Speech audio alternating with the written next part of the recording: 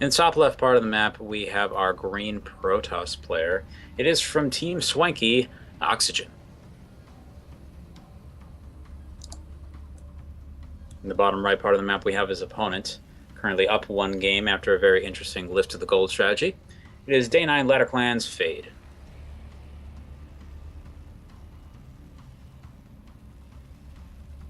I gotta say, the APM spam is really going off the charts for Fade here. Actually approached 500 for a moment there. And he's now, of course, using that massive amount of APM to build a simple supply depot. Meanwhile, Oxygen is apparently considering typing something or is taking his hands off the keyboard entirely, as he has gone down to 0 several times. Either way, however, nothing is really happening at this part of the game, guys. So literally you need an APM of 5 to be able to do everything you actually have to do at this point. So those numbers are not all too interesting. What's funny, though, is that it often looks exactly like this on a pro game if you actually look at the APM at the beginning. Some players like the spam, other players don't. That goes all the way up to GSL. CODIS. So Oxy with the early scout. No, not really early per se. Just the usual typical pylon scout time. He's checking around the map. It's already confirmed it is not close by ground. It's going to discover that it is in fact at cross positions. This is ideal for more macro-oriented play, and we can see that Fade, like I said, Fade likes to do stuff that's often considered a little cheesy, though in this particular situation, what he's doing is actually considered standard. The fast command center first opening on this map is not too particularly unusual, as it basically is something you can get away with pretty easily because knowing the location of your opponent isn't a guarantee. So setting up proxies is a little bit more difficult, getting scouted a little bit more unlikely. And it seems for Oxy that this is basically good for him as he is gearing up to take an expansion of his own as well. So pretty much gateway expand plus versus command center first. So pretty much on the exact same page. These two players, we'll have to see where they go from here. Pretty much what their next choice of tech will be while we're killing time on that. Let's take a look a little bit at some of the interesting places a lot of Protoss players like to hide pylons on this map. One location, of course, is especially when both players on the bottom side of the map or the top side of the map is going to be near this bridge, especially in this location immediately to the right of it, just above where the mineral patch is. This is a good place to warp in units on an unsuspecting third and can help out a lot with that. Another one is just the opposite location, the other bridge, whatever that may be depending on your starting location. Another one you'll see here, pretty much you have to look at the watchtowers and you look at their vision radius. Anywhere just outside the vision radius of both watchtowers is game, because those locations will often be missed. The other thing you have to keep an eye on too is your location versus your opponent, and then the average thing that a worker, when clicked on the corner of the map, will actually see. So you have to be familiar with what the typical walking patterns across the map are. And that'll give you a decent idea for where at least you shouldn't expect to see a pylon. You should never see a pylon along that attack pathway. Along that walking pathway for the scouts, unless there's an attack occurring. Because in that case, I don't care if you find it. Let's see, starting a little bit early. No, actually, this is in fact 7 p.m. PDT. Mr. Trap was in fact 50 minutes ago, and the time you're coming up on is 8. Basically 7 p.m. PDT for anybody who is maybe has difficulties with time zones is exactly when Sean starts the daily every week. So we just use that as the benchmark. Okay.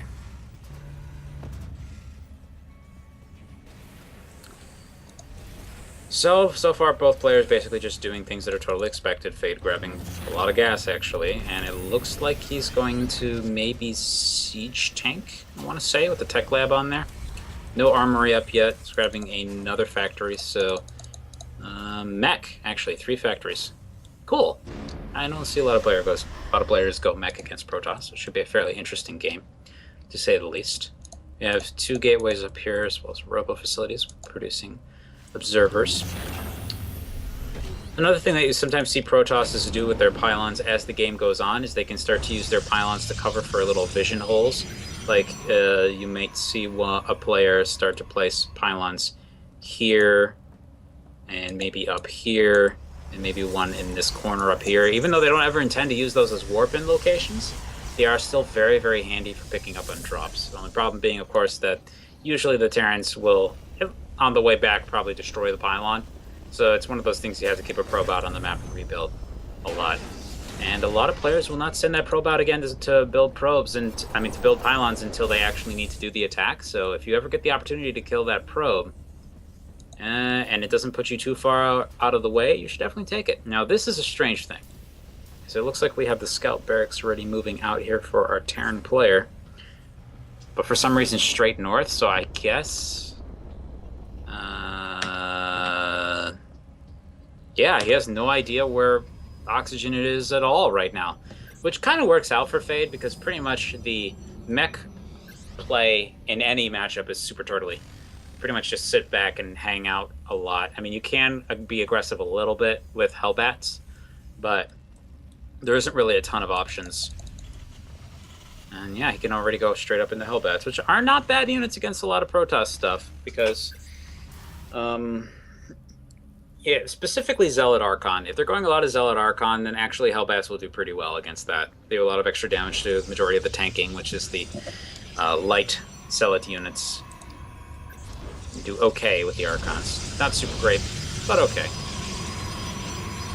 Also, for a lot of units, you guys might not necessarily have known this, but actually, as far as the Protoss are concerned, they apply the same armor properties of whatever the unit has, usually also applies to its shields. And there are maybe a couple exceptions to that. Like, I'm not sure if that applies to the Archon, but I know that applies to the Stalker. You'll notice that Stalker gets shot by a Marauder, does the same amount of damage to its shields that it does to its health. So the shields are also considered armored. Meanwhile, it looks like Oxy is moving up into just a basic gateway army, commanded with a couple of mortals, and he's moving from there into grabbing his robotics facility. We should see him. Actually, he has neglected upgrades a little bit. Should be picking those up pretty soon. In that he isn't grabbing the. There we go. There's the Twilight Council. I was wondering about that. I'm like, not the Twilight Council. Pretty much at this point too, as a Protoss player, grabbing at least one upgrade, you're probably also going to be thinking about picking up High Templar as you go out for your third base. Kind of something that tends to happen about the same time. And we have a scan in the main base. Picks up on pretty much everything except for the Robo base. So he doesn't know what's coming out of that. Doesn't know what's coming out of the Robo facility. But it looks like Fade's barracks maybe going to pick up on that. No, actually, it only picks up on the Twilight Council, and unfortunately wanders straight into the army. So its scouting days are pretty much numbered here. There's no army to save it. No mules to fall down and repair it. So this barracks has seen its last days. Now, unfortunately, that's not so great for Fade, because... Oh, good, he does have another barracks back here. So he built an extra scouting barracks. That's kind of cool. I was going to say that he can't build more factories now, but... Looks like he's going to move out with his army here and try to go for a push against the third base of the Protoss player with a lot of siege tanks. I don't really like this all that much. There's two Colossus already in play. They do not have range, I don't think, yet, but there are two Immortals here. And that's going to be able to run down here, pick off one or two siege tanks, and run away without really taking any damage. That's going to be very, very hard to deal with. And in fact, it looks like he's going to come down here before they siege up, which means that there's really not much damage here. Photon, oh wow, Time Warp goes down. And with that, this army's pretty much trapped and is just dead. There's no escaping this. He's going to take out a couple Stalkers with him, but he loses everything for a small fraction of the Protoss' army, which is actually very devastating to the Terran player right now.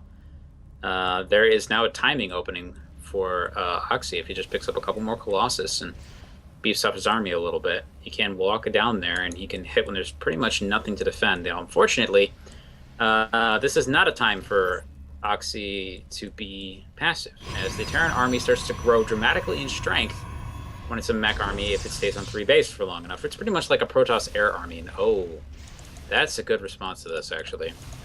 Starting to pull up Void Rays from our Protoss player. As long as he doesn't clump them up over the Thors, this will pretty much annihilate everything. Very, very, very fast. He does need to get a decent number of them, though. We're talking like 6 to 8 for them to really add probably an appreciable amount of damage. A lot of players would like to go down the Immortal route. Now, this is interesting. Is Fade actually going out to push here? Is he just positioning? No, hello, Speed Overseer. Speed Observers.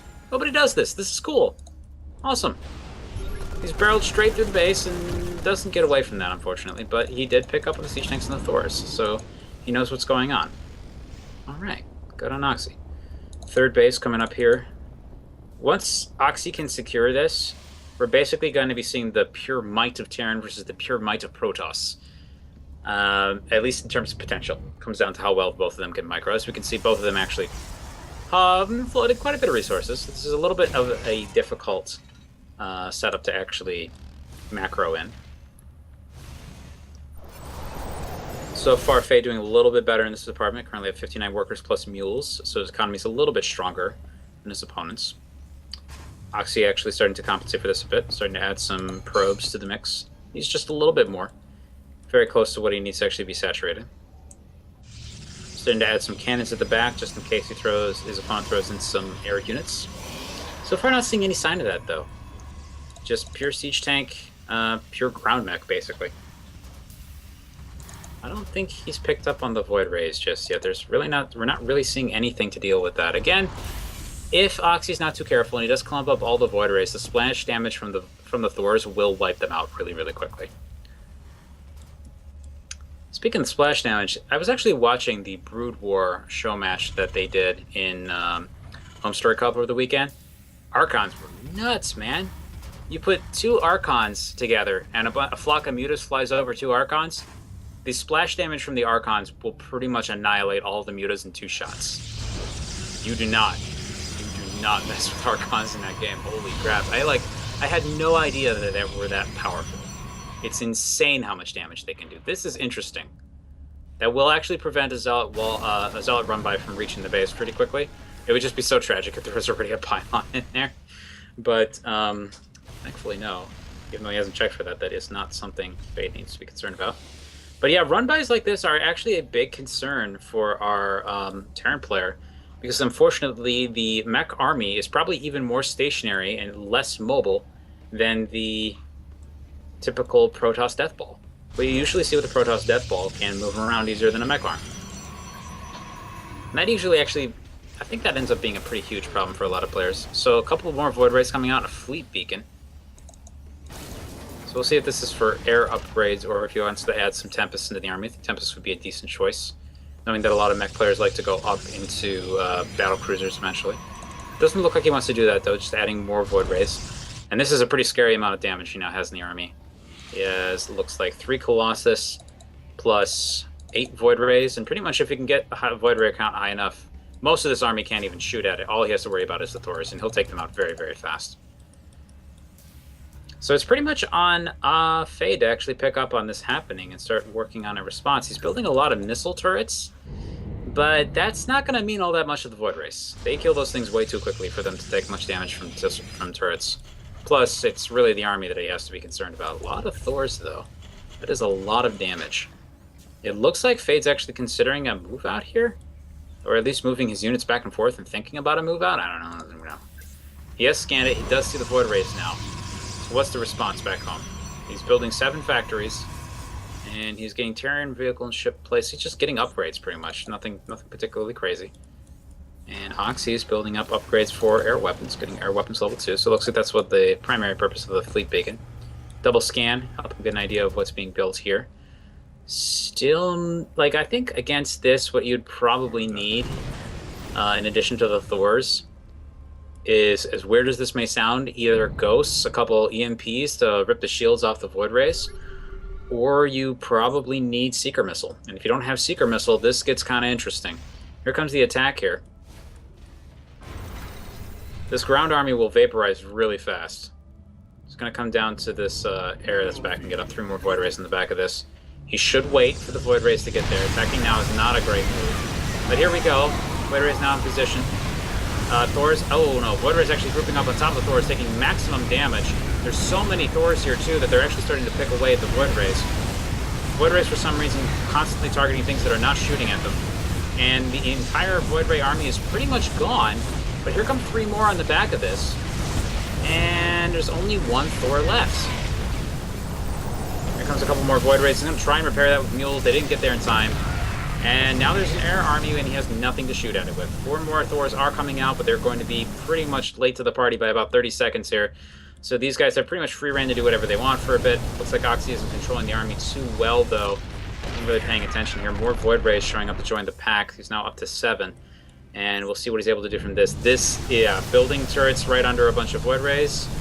Not usually going to work. Might work in this case because he's actually focusing down the planetary fortress. He's going to take that out. And then he's going to ignore the turrets entirely. Nope, he's going to move back in. Now he's going to kill the turrets. Sees them building, and they get taken out in seconds. Almost losing the observer there. Needs to be careful about that. Observer goes down, he becomes vulnerable to a number of other tactics. He needs to be really, really wary of, like, Widow Mines. Here comes 4 more Thors to deal with the army. The army's still clumped up on top of each other. I can't believe I'm saying this, but you basically need to magic box the Void Rays. And for some reason, he's keeping the siege tanks right under there. Very, very brave of Fate. And it looks like Oxy's just going to fall back until he can get some more Void Rays. This is basically turning into a mass Void Ray versus mech game. Which this is a very strong response to this. Again, because we don't have a lot of the other units that could help out with this. They're not really being added in there. No Ravens. No Ghosts. Nothing that can add splash damage, basically. But this is very brave of Fade to attempt this, because there's not, like, his reinforcements are kind of far away. But let's see if Oxy actually does it. Does Oxy... You're going to see somebody magic box Void Rays. He's responding immediately. Alright, here come the Void Rays. Overcharge is enabled. And he's now starting to... Again, the Void Rays actually just refusing to target the Thors for some reason. Whenever they're auto-targeting, they just just barely out of some of their range, I guess. And yeah, no magic boxing, which means they take full splash damage, and it's got nothing to respond to that now, so GG. Fade takes game 2.